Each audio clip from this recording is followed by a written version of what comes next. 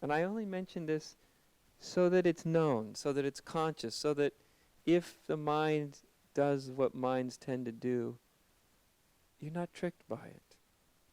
It's just, yes, that's what minds do. For whatever reason, it does not even matter. It is not even of any advantage to know why the mind does that. No advantage whatsoever. Enough to know that most minds tend to do that. Tend to divert attention at just the most important moment. So knowing that, maybe there won't be getting caught by it. You just see, oh yeah, there's the mind. It's doing what it's meant to do. It's meant to solve problems that don't actually exist. Okay, fine.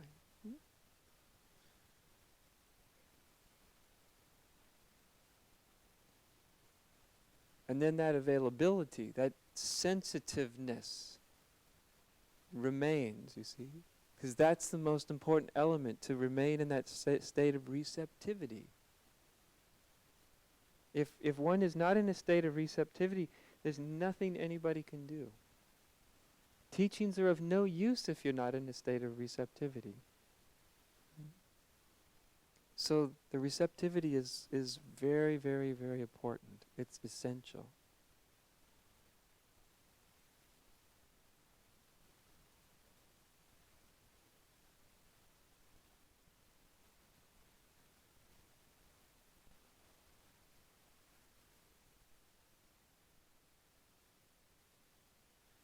And then when there is even the smallest sense, the smallest taste of the living truth that what you are, actually are, is undefinable. We define it. I'm always defining it, but it is in the end undefinable.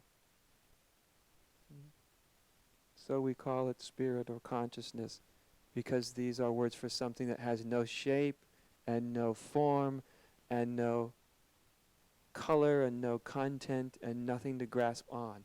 Our true nature is very much like the space in this room. How are you going to describe? Imagine someone came to you that had never experienced space. It's kind of hard to imagine. What are you going to tell them? See what I mean? You can just hint at it. You can infer space. But how do you describe the space that's in the room, that's all around you? Do you see it's like that? What we actually essentially are is like the space in this room. It's not definable.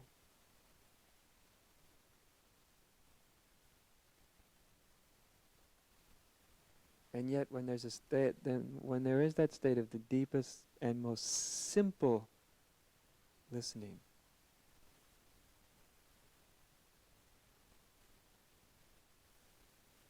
then it can be initially start to be intuited, and later much more than that. But intuited is just the sense that what you are has nothing to do with what you imagine yourself to be.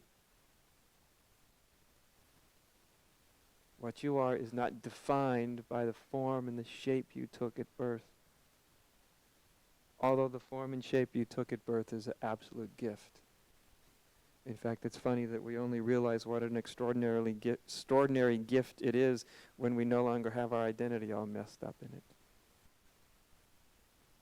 Funny how that goes. But just that sensitivity. That is basically Spiritual Awakening 101.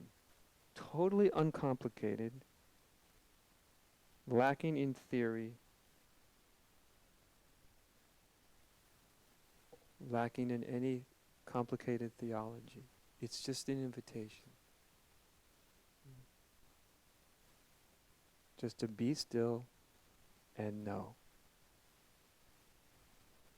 But we hear it 100 times, but we keep getting it backwards. It's like, I'll be still when I know. Let me know first, and then I'll be still. Be still. And the knowing just arises. The knowing just arises.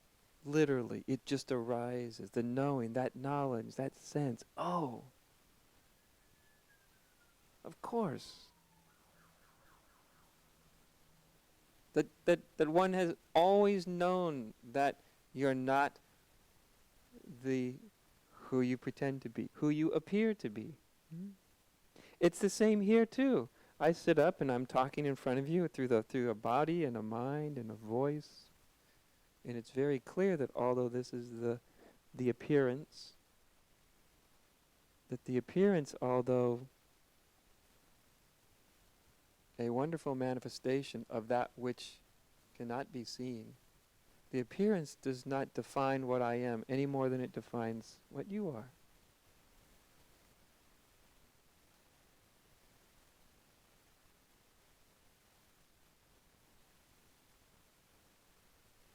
It's what animates the appearance. It's the inherent awakeness within the appearance and all around the appearance of you.